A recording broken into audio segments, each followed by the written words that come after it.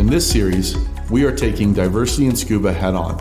Our purpose is to raise our collective consciousness and be a part of a continuing evolution of this sport we are all so passionate about.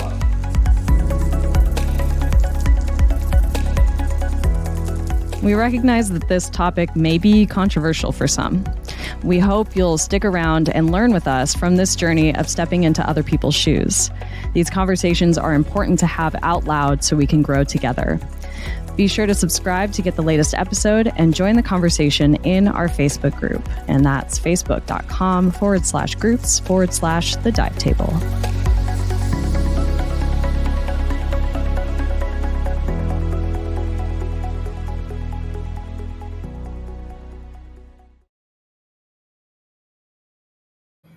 Welcome to the Dive Table. I'm Jay Gardner. And I'm Sarah Miller. And today we're really excited to be joined by Greg Hamman. Greg's coming to us all the way from, the tough place to be, Honolulu, Hawaii. So congratulations on that. I'm jealous. And Greg, we're super excited to have this conversation with you and to hear more about your journey. But why don't you give a little introduction of yourself and who you are and all that for all the listeners out there? Okay. Well, like you said, my name is Greg. I'm the owner of gayscuba.com. It's also known as Undersea Expeditions. And that name is kind of a holdover from when this company was started by my friend Chris Winkle in Pacific Beach in the very early 90s. And, it wasn't safe to use a name like gayscuba.com. So over time, we've kind of more evolved to embracing that, even though gay itself isn't always the preferred term for LGBTQIA individuals, but it is what people search for. So we get a lot of Google traffic that way. You always got to shoot for the SEO, right? Like, exactly. You got to hit it. Very lucky that my friend Chris had the foresight to purchase that domain name back in the days of Yahoo, and we've been using it ever since. So we offer about 15 trips a year, sometimes a few more. We are a scuba travel wholesaler, so we work with different LGBTQ clubs to help them implement a travel program, as well as have our own group trips, and we can help individuals plan travel as well. Amazing. Yeah, I was checking out your upcoming trips, and you're sending a group to Komodo, actually. Yes. Our other reservations agent is flying out this afternoon and could not be more excited. It's really amazing. Yeah. They're going to have so much fun. I just got back, so it's such a good trip. Yeah. You used to work there, right? Yeah, I had a dive shop out there, so they're going to have a blast. It's amazing gorgeous. Diving, yeah. They're very excited. Cool. So wonderful. So we sent you some questions, and we're talking about diversity in this series, and I was really excited to talk to you because I am newly out on the internet. Wonderful. And that is a scary place to be. But especially after Pride Month and seeing some of the ignorance and the hate that's still out there in the scuba industry and the scuba community, I'm really excited that there are organizations like yours, because people still don't really understand that it's not always safe for us to travel, especially in certain places in the world, or for us to exist in our full expression of who we are, or with our partners, right? So I wanted to share that. I just appreciate the fact that you guys are doing that, and you, Gay Scuba, really gave me the I'm nervous talking about this right now, but it really gave me the confidence and just the push to decide to do that, because I had people asking about it, and I was so scared, I just was so scared to actually put it out there on the internet and deal with people being ignorant with me. I hope you're finding a lot of support just thank you. as well. That's really what Well, thank you. Yes, absolutely. 100%. Yeah. Yeah, I was kind of a little shocked, because we have made a lot of progress, like I mentioned, since the '90s. Absolutely. But just last month for Pride Month, the new senior editor of Patty Scuba Diver magazine, Joshua Pramis, he included us and some of the gay scuba clubs in an article, Yeah. posted it online, and to read the comment section is just horrifying. Like, It wow, was people still wild. feel this way in 2024. Yeah. And not just feel that way, but feel like, oh, I've got a bullhorn. Let me make sure everyone knows how I feel, right? Like, no, Yeah. no one cares, dude. Like, keep it to Well, keep it to yeah. yourself. And the thing that I find with it is that the biggest comment, at least that I see, that isn't like outright hateful, and I'm not going to Hmm. repeat it, is like, what does this have to do with anything, Hmm. right? Like people diminishing it, right? Right, right. And my thing that I always go back to, I'm like, okay, all of these people who say this are white cis males, Yes, right? Like heterosexual males. yes. And it's like you see yourself in this industry literally every second of every day. Like Right. you are fully represented. Yes. So, of course, you would see this as a non issue because it doesn't affect you. Yeah, I think that's a problem throughout our society. Like Yeah. there's a large number of people who feel like, well, if it's not a problem for me, it's obviously not a problem, right? Hmm. And if it doesn't affect them personally, then couldn't possibly affect anyone else. So, yeah, I mean, hopefully we can educate a few people. I feel like over the years we've been able to do that with some of the visibility with running the group trips to different destinations, and looking forward to more of it going forward. Heck Yeah, yeah. and I think it's interesting. My voice in this, maybe people don't know or do know or whatever it would be, but I am kind of, Sarah, the white, quote unquote white. I guess We've I discussed see this. myself this way, but yeah, we've discussed this, but no one else does, so that's okay. But I was, have been, and I think, Greg, you hit the nail on the head when you say, if it doesn't affect me, then it must not be a problem. And I think my eyes started to open to that through some very deep relationships I had with some friends of mine who, when I quote unquote met them, they were quote unquote straight, Mhm. right? And then they went through the process of coming out, and I had kind of a front row seat in seeing that process with their families, and some of them have very conservative religious families, Sure. and with friends groups and things. And so, I can speak for myself and not for all, but I think either ignorance or dismissal are both dangerous places to be for someone that's listening to this, or someone that's viewing that article that you mentioned, or that's engaging there, because it has a real effect. It has Hmm. a real effect on people. And just because it's not my experience doesn't mean I can't empathize and understand someone else's experience. So I'm really excited about the conversation. I think, Sarah, we were talking about what word do I fall into in these categories, and ally was the one that Ally. was put Love forward, that. right? Ally, but I think that more folks that maybe are on the fence, or maybe don't know how to be an ally, Mhm. or know how to speak up, or how to be a support. I know I suffer from that here and there. Can listen to this and listen to your journey, and try and find that empathy. And so I'm a voice in this that does not have a direct experience, but certainly am an ally, and want to make sure that others that want to be in there can engage in that way. So I'm curious. There's the portion of the comments, and Mhm. the keyboard, what do they call them, trolls, and all these things. What's the response on the other end for you? Maybe one, how do you receive that? And two, how does an ally, or how does a support system come around you when things like that start to come out? I think when it's on the internet, I typically just ignore it, and let it stand on Block. its own. Yeah, I mean there's no need to engage. Don't feed the trolls, as they say. Hmm.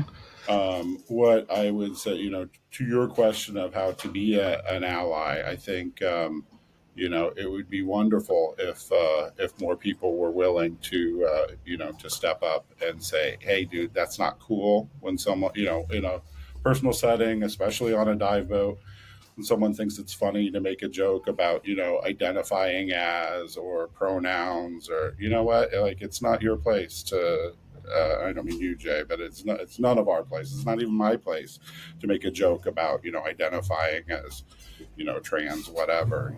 That's it's not appropriate. It's not funny.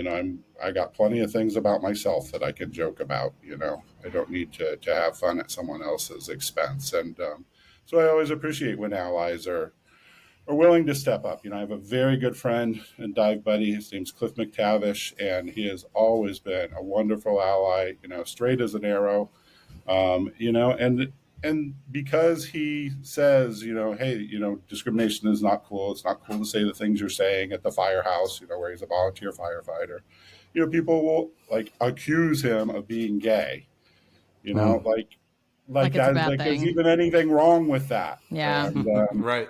so I definitely appreciate when allies are willing to take a stand and not just sit back and be like, whatever, that's Jim. So thank you.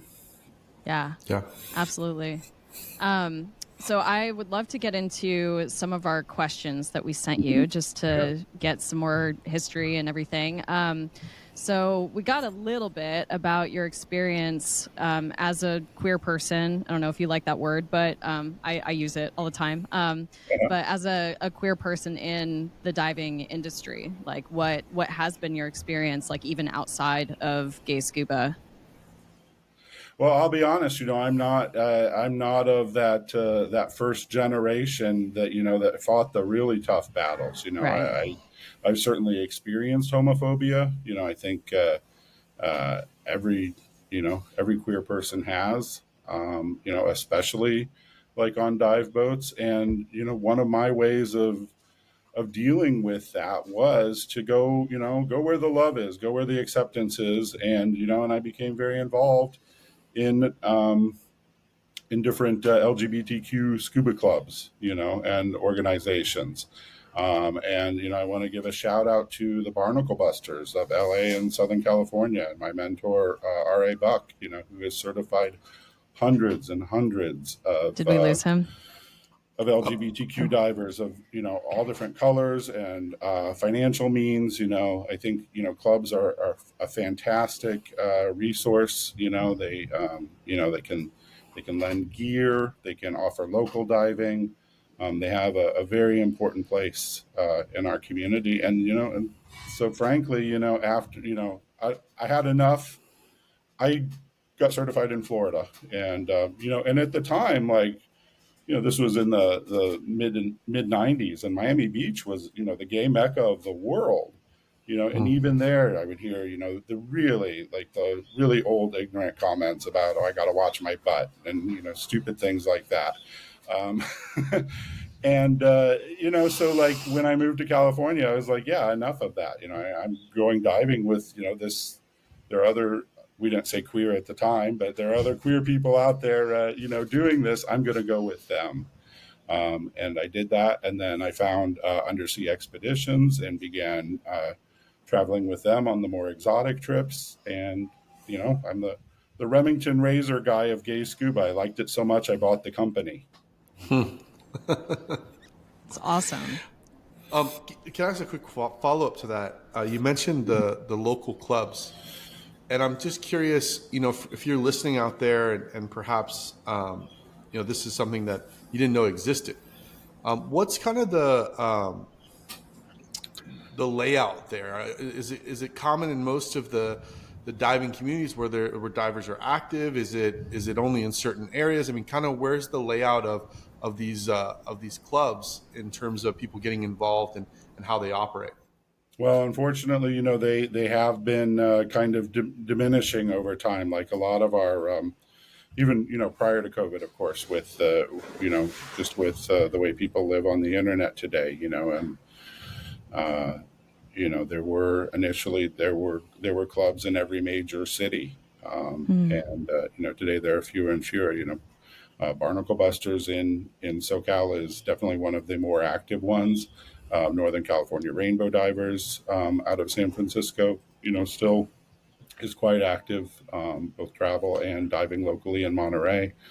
So there are still opportunities out there, and we are creating new internet-based communities too, which is nice because when I was back in the day, but really when there's a reason I moved to Miami Beach, I'll say, in the 90s, and I think it's fantastic that younger queer people don't necessarily feel that they have to move to a city, especially when cities are quite unaffordable, and Yeah. I celebrate anyone who is willing, to stay and fight the battles where they were born, because that can be tough, and in some ways it's gotten even tougher. When I was a kid, it was impolite to say the word gay. So, other than other kids maybe teasing me, I didn't hear much of it at church, and unfortunately, that changed.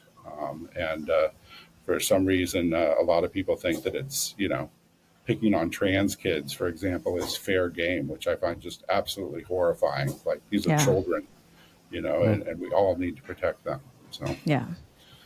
but yeah, so it's it's good that we have internet-based resources. We have a very active community on Facebook,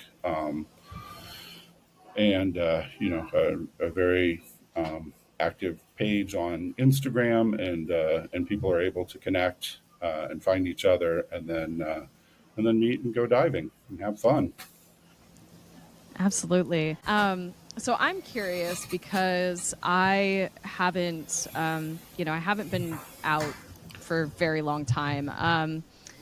And so I've worked professionally in like a different, I haven't had any experience here. So I wonder, if you're an instructor, have you had any instances of like issues working in the industry versus just existing as like in the community as a whole? So, I was fortunate because I bought an established business, and Right. we were a wholesaler, and so money talks, right? So when I first showed up at DEMA show, I wasn't trying to sell people on this idea of gay scuba, and we're gonna charter a liveaboard and fill it with LGBTQ individuals. Like, that had already been established, that not only could we do it, but we always did it. The boats departed full. We weren't trying to hand space back at 2 weeks prior to departure. Right. So yeah, I was very well received, right from the start, thanks to the work that Chris Winkle had put in. Whereas as an individual, like I say, if I just turn up somewhere, there's a lot of assumptions being made, because I'm cisgender, I'm a big guy, I look a certain way, present a certain way. So, people feel like they can, take liberties with what they say around me. And, so I even, having a fairly easy time as a queer person as that goes, not to say it's not been without its challenges, but, I'm still far more comfortable, diving with my own people, and it's just plain more fun. Yeah. I can attest. I believe I saw you at DEMA. We didn't cross paths. I didn't know who you were at the time, Uh, but I remember thinking like, "Oh, I think that's a gay scuba guy," and like, he is strong. No one is gonna mess with that guy. right. Yeah, I love it. So Well, yeah, cool. we want everyone to feel safe, and part of our job is to make a safe and secure environment so that we get all that potential homophobia and danger as much as possible out of the way long before we arrive.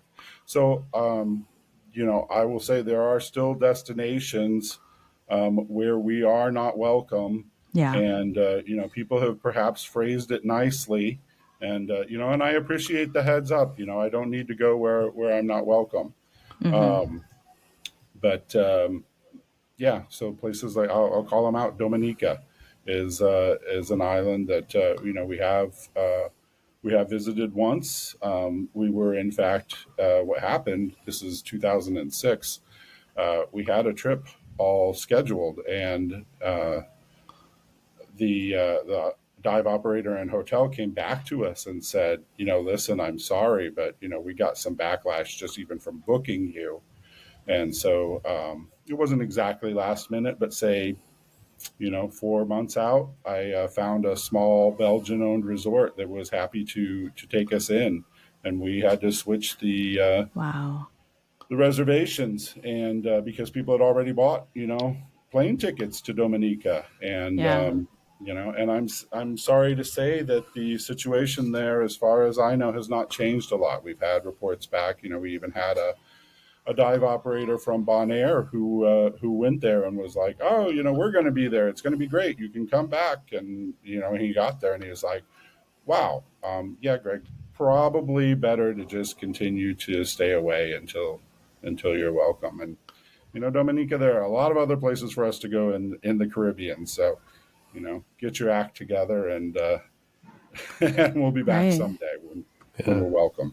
That's surprising. I hadn't heard about that. Yeah, Sorry, yeah. Jay, what were you going to say? Yeah, I was just going to kind of maybe dig into this a little bit because, there's maybe the surface level of comments, Mm-hmm. right? Or side looks, or just the judgments. Maybe they're silent, maybe they're passive aggressive. Those things that probably a lot of people associate with, not feeling safe, which is true. Mm-hmm. But then there's also, I think, what you're describing, Greg, another end of that where your actual safety is threatened because of who you are, not anything else, just who you are. Mm-hmm. And so that kind of bites at the heart of this stuff matters. It's not just Right. something to ignore or be ignorant about. So I'm wondering, when you talk about safety and creating safety, um, what does that mean for you, and what does that look like? Where maybe there's instances that, and Sarah, for you, as your journey is evolving and opening at this point, what does that safety look like? Because obviously the absence of passive aggressiveness is a given, but there are some other real things that exist that maybe not everyone's aware of out there. So I think, for us, there's, like I say, laying the groundwork, kind of making people aware ahead of time, what is the nature of the group and feeling them out. I'm really happy to say, I singled Dominique out, but there's been a lot of progress other places like Cayman Islands, for example. Many places where, in the past, like we were not welcome or did not feel welcome, and now actively invite us to the point where I have to say, okay, that's great, thank you so much for the invitation.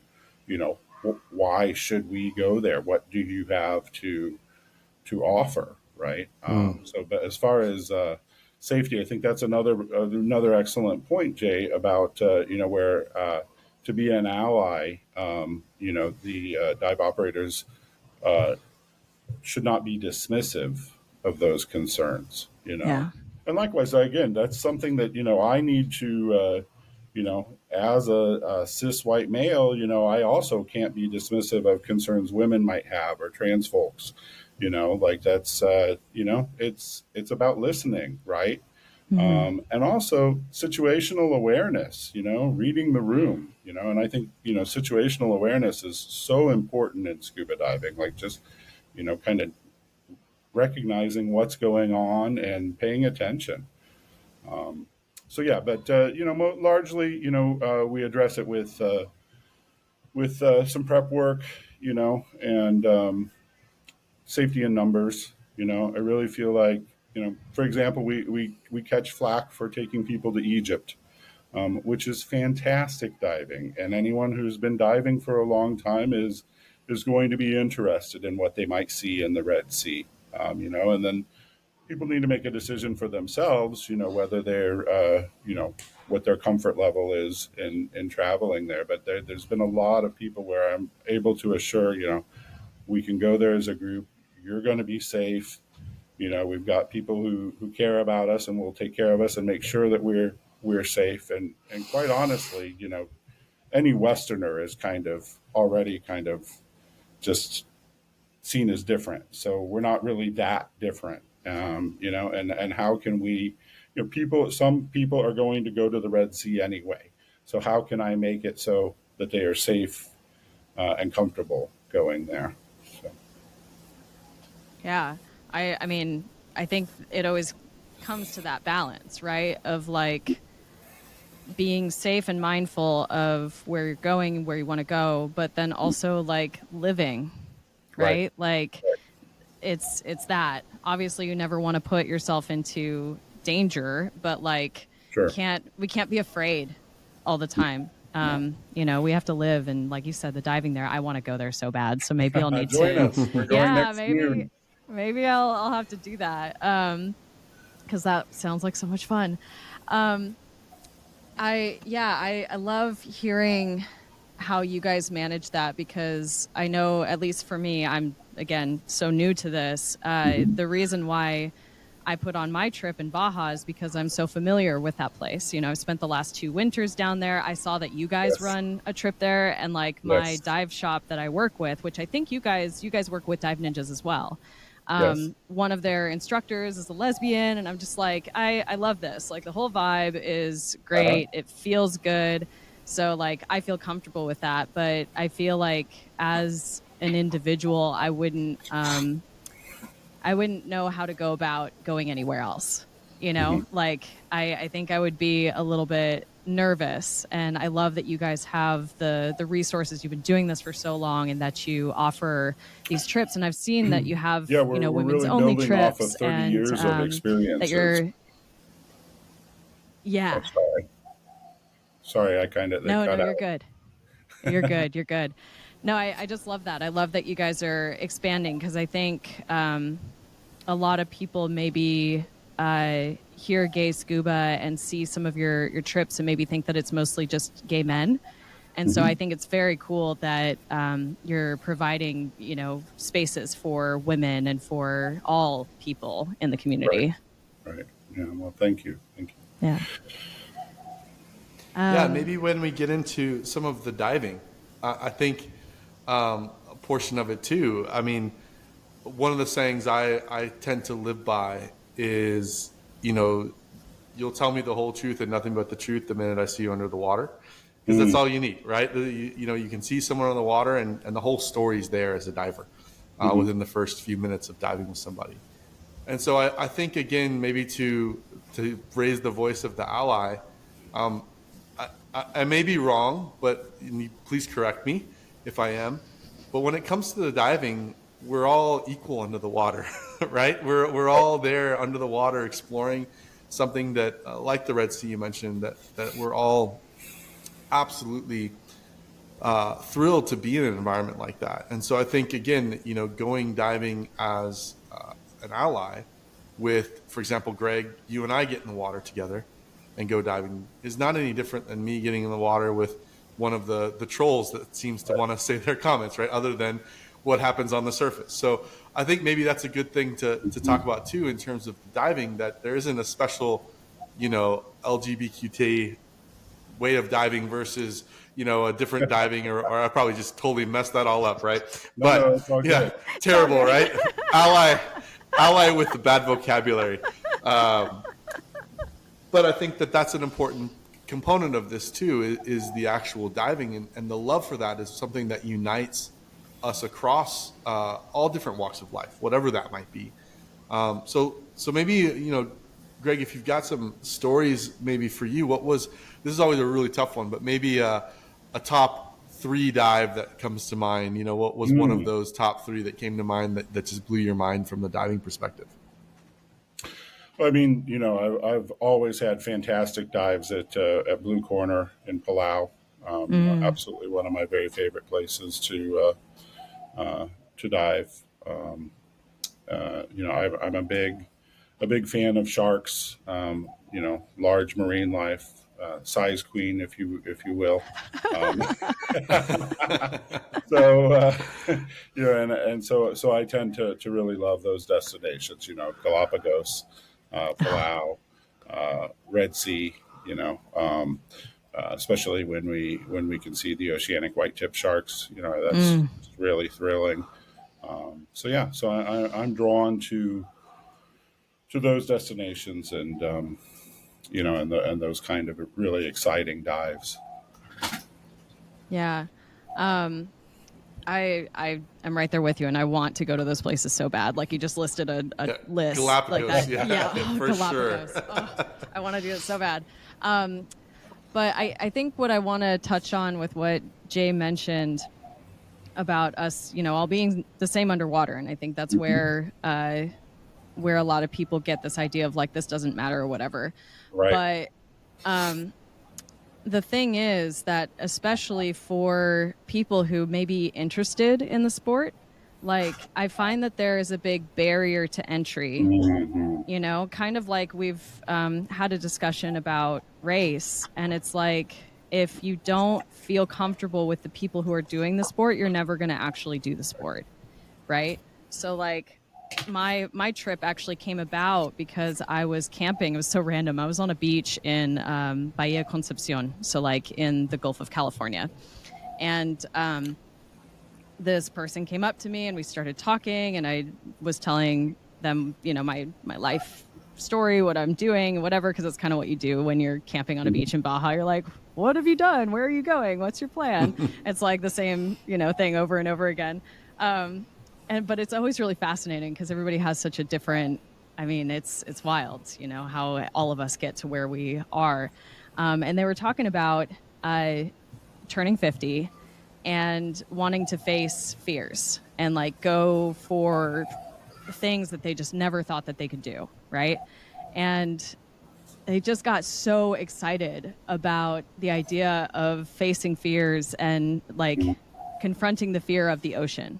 Right. And I know for a fact that this person, unless they had met another queer scuba instructor, like that wouldn't have even crossed their mind. Like the whole trip came because of that conversation. Oh, And I was wonderful. like, listen, I'm really good with people who have fears. Like Hmm. I can do that. That is something that I feel that I am good at, and I will help you with this. And Hmm. so the whole thing was like, just come and we'll go do this. And then they were like, no, let's bring a bunch of people and have a party and like do the whole thing together. And I think that's what's important about this conversation is people feeling like they can take a course and that they're not going to be judged. Their pronouns are going to be used properly, uh, and just be like respected as a human being. And Right. that's the thing that we don't always see in in diving in that sense. I agree. A supportive environment is just really key, and welcoming people in to our sport, rather than acting as gatekeepers. Yeah. And especially I would say for, there's a very interesting, somewhat dated book now called The Velvet Rage, and it talks about the experience of queer people growing up with a lot of shame and, Mm. being shamed. And, unfortunately, the way that, a lot of instructors at least used to approach it was, you're doing this wrong, right? And, Hmm. thankfully, I think some of that has changed, and instead we want to encourage people. Hey, yes, you might, I really like the way that you were able to equalize your ears. You might try this for your buoyancy, and I think that's crucial. All of us have had enough shame growing up. We don't need any more. I mean, and I hate to see a bicycle kick as much as anyone, but the the way to help someone to stop doing that is, maybe demonstrate good behavior, and talk about what the advantages of kicking properly might be and why they might want to do that. Yeah, it's the compliment sandwich, right? That's a nice phrase for it there, Sarah. I've heard it called other things. And I can see right through it when it's done to me, but I still like it. It's still Yeah, it's like, aw, a lot easier to you're digest. trying. Yeah. Right. Yeah. And I would even go as far as say, I mean, I think what you're discussing there, and Sarah, I think you're better with people with fears than I am, because I tend to be more. We had a really hairy training session this just recently here. We had 4 to 5 foot waves and super surgy, and I had my first teenager. I don't typically teach teenagers with me, and there was real fear, and it opened my eyes a little bit to that empathy around that, but also like knowing, hey, when we push through on the other side, this is going to be okay. Turned out it wasn't. Pushed through the other side, got through the surge, and the red tide had settled at 20 feet on the bottom instead of the top, because the water got warmer on the top, and I ended up, thumbing the dive, and we turned around and went home because it wasn't safe anymore. It wasn't productive. But I think the other thing to think about, if you're an instructor listening to this, and you think about that word shame as well, and the styles of instructing, I think the key of a good instructor, one of the keys of being a good instructor, is the ability to create a learning environment. And that's the safety to fail. It's the safety to try. It's also recognizing in your students the way that they receive that feedback, whether it need to be in a what do you call it, a compliment sandwich. There you go. I've heard it called a shit sandwich, but there goes the expletives rating on our podcast. But or where that needs to come and when. And that was one of the hardest things for me as an instructor to learn coming up in the ranks was, what do you correct under the water? What do you correct on the surface? What do you correct in a debrief or video debrief? And what do you let them learn on their own? And there's different levels of that you have to make calls about.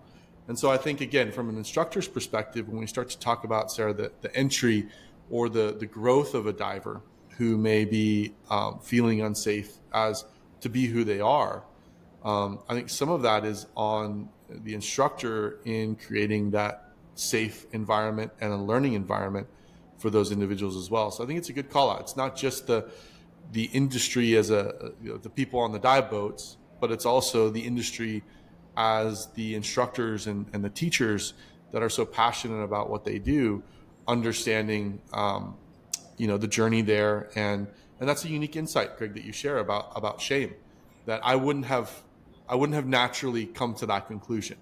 But it's good for me to tuck in my head as an instructor to say, hey, this is a good thing to keep a note of, not just for individuals like yourself, Greg, but or you, Sarah, but also other people that may have other life experiences that led them to that feeling. So really nice call out. It's just about being kind, isn't it? It just comes back to being kind and good human beings. And like those of us like you, Greg, you have a platform and you use it for such good. And like all of us who are instructors, like we're all a part of this industry and change making, right? Like we're the role models. And so like if we want to see the change, like we need to push the people that have voices to stand up for it, Right. Yeah, absolutely.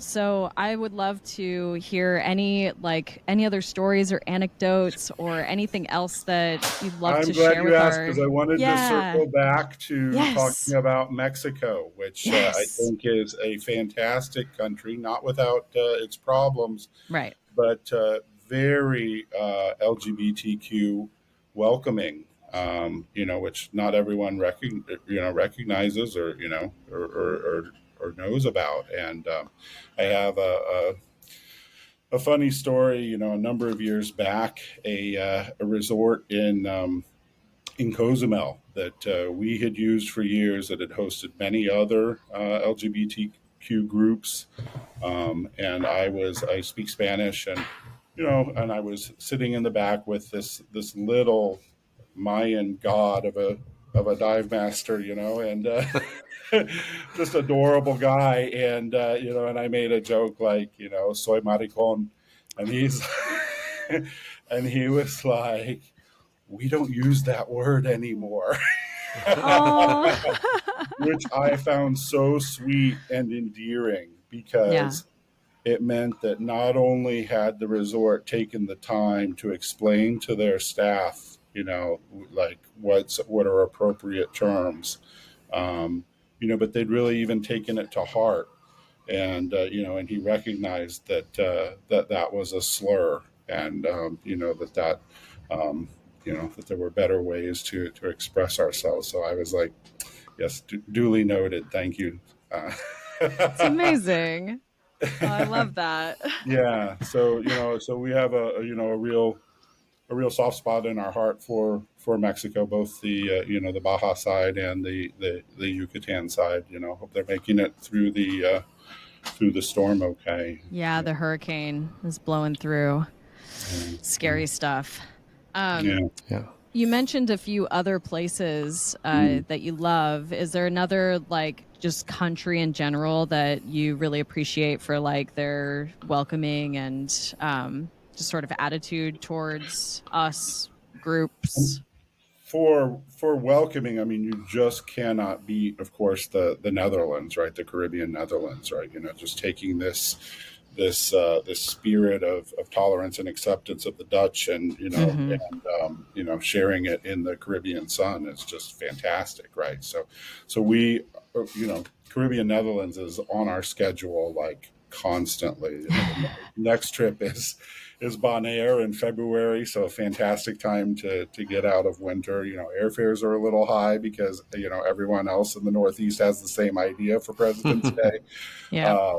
But yeah, we visit Bonaire, we visit Statia, we visit Curacao, and have really nice, easy diving at all those places. A wonderful place to learn to dive, and also just where you can absolutely be certain that oh, shit. Can you guys still hear me? Yep. Yep. Oh, okay, sorry.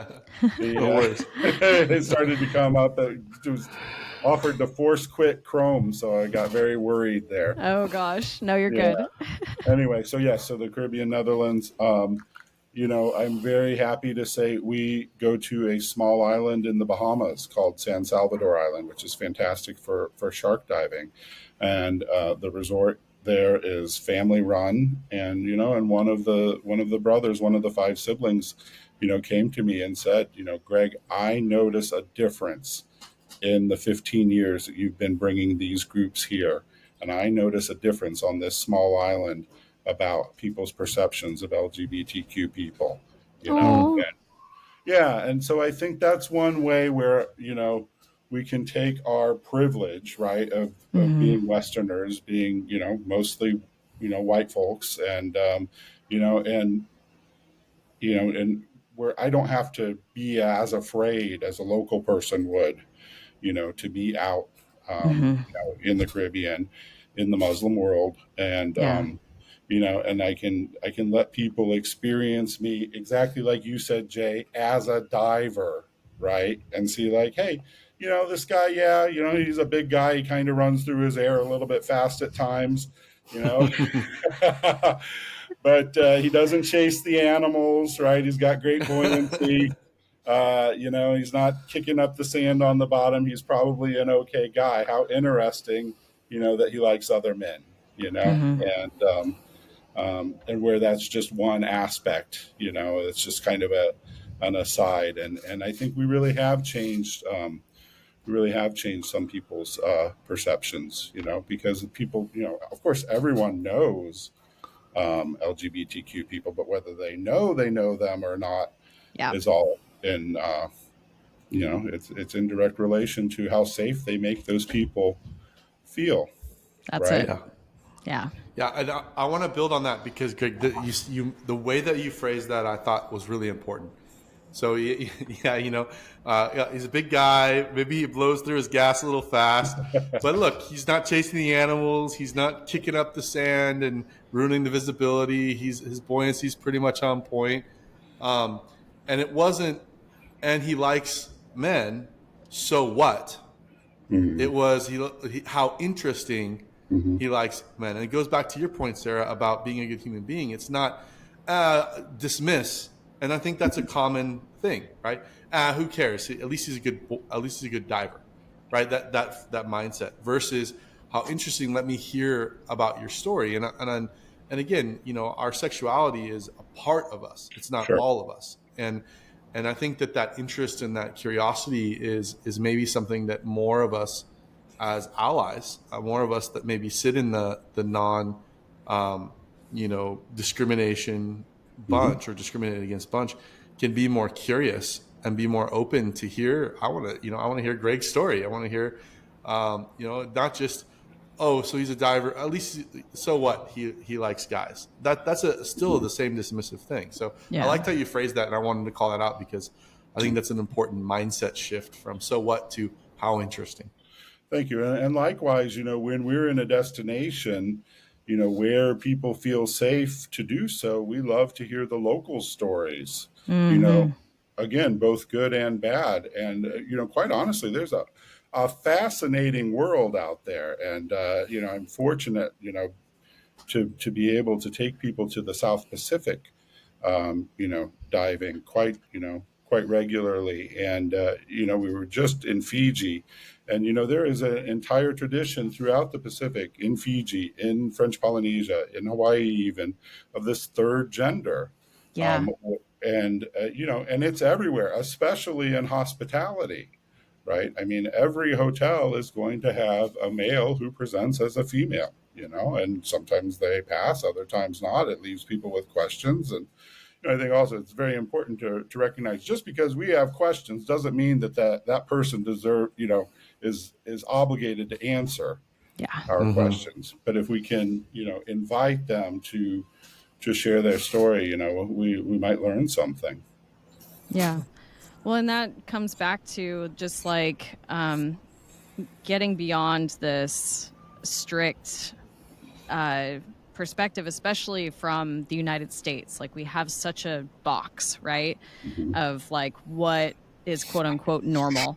Mm-hmm. And I think, especially with social media, it has opened our eyes to these different cultures and, indigenous cultures with two-spirit people and like learning from everything and realizing that what I appreciate and the people that I surround about around me are people that are curious and recognize that we don't know anything. Like the amount of knowledge that I have is like this, right? Compared to the world's collective of information and understanding of human beings, like nothing. I don't know anything. So like why would I judge anybody?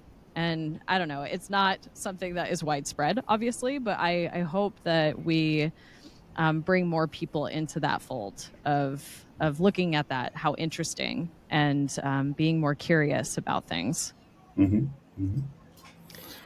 All right. Well, I have a Cool. good question to ask you guys, maybe to wrap this session up. Okay. So I'm giving you a magic wand, whatever that means, but more so I'm asking you kind of, in the next 5 to 10 years, what are still some of the challenges that you see Mm-hmm. and let me redeem myself, in being more inclusive to the LGBTQ community? See, I'm not completely ignorant, but what are some of the challenges you see? And if I were to hand you that magic wand, what are some ways that we can start to, as an industry and as individuals, tackle some of those challenges to make it better for those that come after us and that join the sport, let's say in 10 years versus tomorrow? I'd like to, if I'm sorry, I'd like to jump in and just say I'm so happy you guys are addressing in other episodes race, Yeah.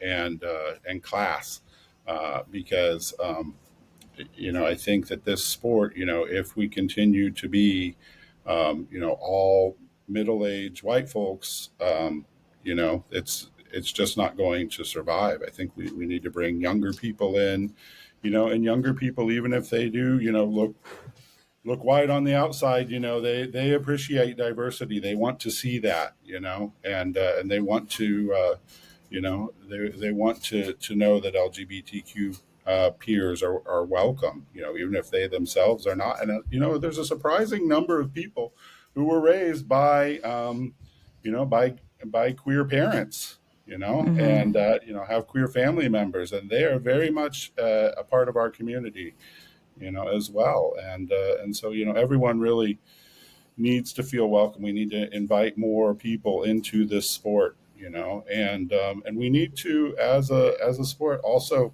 really, lend our advocacy to environmental issues. Yes. The ocean is burning up, and there's going to be very little left to see if that is not dealt with. And I think we need to all speak up as advocates of, hey, we've got to change and change pretty significantly. Sarah, what do you have? Yeah, that's something that I find in queer spaces, that like we tend to be pretty loud about different topics. So like I follow, I don't know if you follow Patagonia, the drag queen. Uh-huh. No, like Patty No. Gonia. No, she's fantastic. She advocates for the environment, not a scuba diver, but advocates for the environment. And I find that a lot of us do push that because we see it and we know that it's important. I think if I had like a magic wand, I would just get rid of homophobia and racism and all of those things. But like, that's just not realistic. What I see as being realistic is really inviting more people like you, Jay, who are not part of the community, but are willing to do the work and to, like Greg was saying, have the conversations. Because I don't think that this is something that posting on social media is going to necessarily have like a brute force kind of thing. It's the face-to-face individual relationships that really make the difference, because a lot of the hate and stuff is coming from individuals that have no known, like you were saying, Greg, no known contact to us as a community. And it makes a difference when you realize, oh, my brother has just come out as gay, and what am I going to do with that? Right? Like, am I going to hate him because I've decided that I hate gay people, or am I going to love him because he's my brother and I'm going to learn more about this, right? Like, it's those individual moments that make a difference and turn people from hating into maybe understanding, maybe not, leaning so hard that way. And then eventually, we work. And that's kind of how we've worked on getting more rights too. It's like these milestones and these steps, and granted, sometimes like right now we start taking some steps back, but hopefully we, in the long term, it's all forward movement, right? So it's like, it's inviting those of you that are willing to advocate to like have the conversation, so that like we're not having to do all of the work, right? Like, we can't do all of the work. We need people like you, Jay, to like come in and also advocate for us. Yeah. May I add just one more story I love to share about Cayman Islands, which was the poster child for anti-gay tourism. In I guess probably it was 98, maybe. Yeah. I think they turned away a cruise ship that had been chartered by Atlantis Vacations, and earned themselves a terrible reputation, which quite frankly that government deserved. And and Undersea Expeditions and Atlantis Vacations, Olivia Vacations, a lot of the travel industry really tried to put pressure on via a boycott, and that was part of the formula for success. But what really changed was we had allies, very fierce straight allies. We had Pilar Bush within the Ministry of Tourism. We had Nancy Easterbrook, who owned a dive shop on Grand Cayman, and these were the people who went to the government and said, "This is not right. This is you cannot represent the Cayman people as that. That is not who we are." And that is not how we want to be seen in this world. And you're causing us economic harm. You're causing us social harm. We don't look like a civilized nation, and really that was who really leveraged. It was the subsequent government that changed their official perspective and invited us back. And we've been back 13 times and had wonderful trips. And, today Cayman Islands recognizes same-sex relationships. They have a Cayman Pride. It's really amazing to see the progress in 20 years. And, and a lot of it, again, is, A, we have to speak up for ourselves, and B, we need allies standing beside us. So, we're really grateful to those who are willing to have those conversations, like Sarah mentioned. Yay. Oh, I'm so glad that you were up for talking to us and sharing your experience. Like, this is just like my little heart is so big and bright right now. I'm just very, very happy. And I think I speak on both of our parts. We're just very appreciative that you would take the time to come on here. Oh, thank you so much for the opportunity. It's been real fun talking with you. Before we close up, you've obviously plugged Gay Scuba, but like, what do you like? If people are listening, they're like, "Oh my gosh, I have to go on one of these trips," or like, "I need to follow them. I need to know what's happening." Like, what is the favorite way for them to get in touch with you? Via our website, gayscuba.com, or email us at info@gayscuba.com. You can follow us on Instagram and Facebook at gayscuba. And we invite everyone to, come join us in the Dutch Caribbean, if you're ready for it, come to Egypt and see, what that's like, and join us on a Nile cruise, and come dive the Red Sea. And we have a lot of adventures. We're going back to the Cayman Islands. We've got for women only trip to Grand Cayman in April, and a for men only trip over Memorial Day. So please come join us. Amazing. Thanks so much, Greg. Jay, you want to take us out? Yeah, well, Greg, again, thanks so much for being on the show. And I think it's eye-opening and good to have these discussions. And I hope that this is one of many that continue to happen as we've discussed the power of the conversation and that one-to-one to transform, not only governments, but Sarah, as you talk about the magic wand of the future. And so I think this is a really nice way to wrap this up. And hey, if you're listening out there and you want to connect with Sarah or I, or continue the conversation, please reach out.